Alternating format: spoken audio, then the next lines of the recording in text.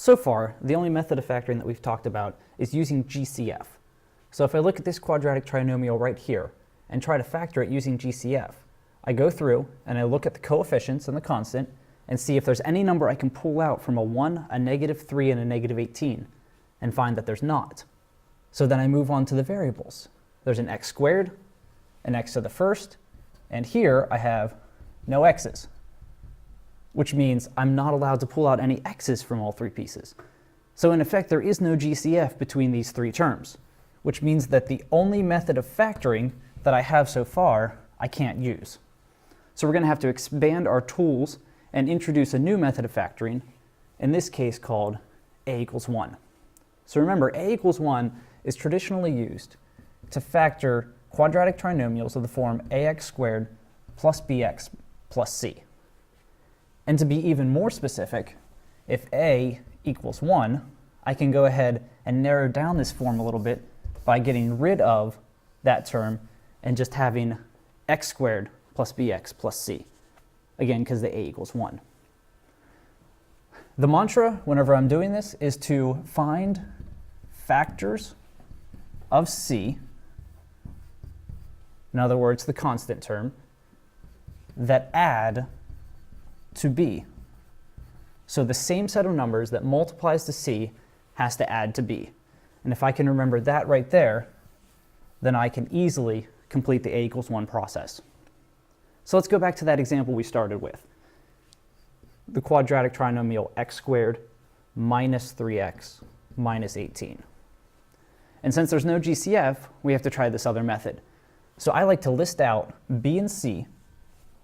In this case, b is -3, because it's the coefficient of the x term, and c, the constant, is -18.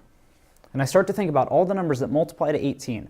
I don't even worry that it's a -18 right now, or a -3. I'm just going to think about it in terms of 18. So I get 18 and 1, or 9 and 2, or 6 and 3. Those are the pairs of numbers that multiply to 18. Now I look at them and I think, is there any way I can add an 18 and a 1 and get a 3, or a -3? It doesn't really matter, because there's no way I can get either. What about a 9 and a 2? Can I put them together and get a 3? No. But a 6 and a 3, I can use addition or subtraction to get a 3. So now I figure out how specifically I'm going to get a -18 and a -3. And I can do that by just thinking a little bit and realizing that the 6 has to be negative and the 3 has to be positive.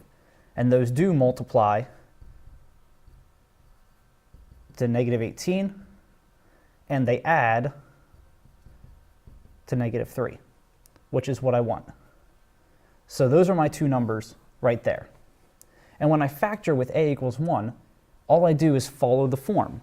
A trinomial becomes a product of two binomials. It's always going to be an x in the first spot, because when I FOIL it out, I want the x squared. And then I take the -6 and the +3 and put them in their appropriate places. And I get my factored form. Now, if I wanted to go from the factored form back to the original, all I would have to do is FOIL and distribute, because remember, distribution and factoring are going to be inverses, so they undo each other. And that's my final answer. Now I can extend this to any sort of quadratic trinomial in order to try to factor it. So for example 2, if I had x squared minus 100, I can try to factor him with a as 1. And I know that that's a binomial, but I can make it into a trinomial of the form x squared plus bx plus c if I really want to. All I have to do is introduce this bx term. And in this case, if there are no x's, I can make it plus 0x minus 100, because that gives me my b and my c as 0 and -100. And again, I want to find factors of c that add to b. So I think about all the things that multiply to 100. I don't even care if it's a -100 right now. I have 101. I would have 25 and 4. I would have 20 and 5, 10 and 10. And then I think which of these can add or subtract to give me a 0. And it's pretty easy to knock out everybody except the 10 and 10 and realize that it's going to be -10 and +10 as my two numbers. So again, I follow the form. I have a quadratic trinomial become a set of binomials with x in the first place and the two numbers I find in the second two places. And if I were to FOIL that out, the middle terms would cancel out, and I would get x squared minus 100, because these are conjugates.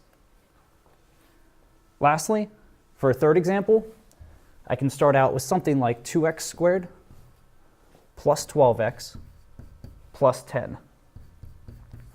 And this presents a problem for me right away, because my a value is going to be a 2. And this doesn't fit the form of x squared plus bx plus c. So I can't start by using a equals 1. But what I can do is start with GCF, which is what I like to always start with. I look at these coefficients, 2, 12, and 10, and think, what can I factor out from everybody? And I can bring a 2 out. And I can't take an x from everyone because they don't all have it. So this becomes x squared plus 6x plus 5. And again, I got from there to there using GCF. What's great is that this 2 is chillaxing out front right here.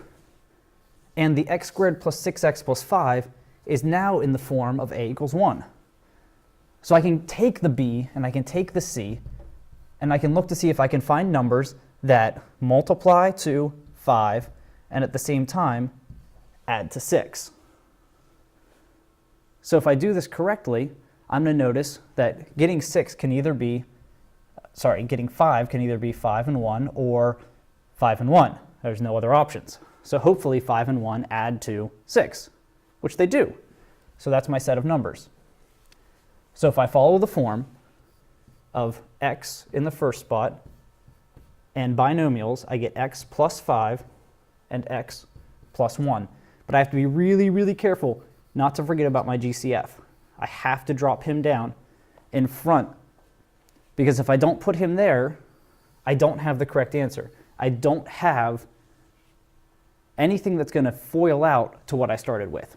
So my final answer has 3 pieces, a 2, an x plus 5, and an x plus 1. So always look for the GCF first to see if you can pull it out to make your problem simpler.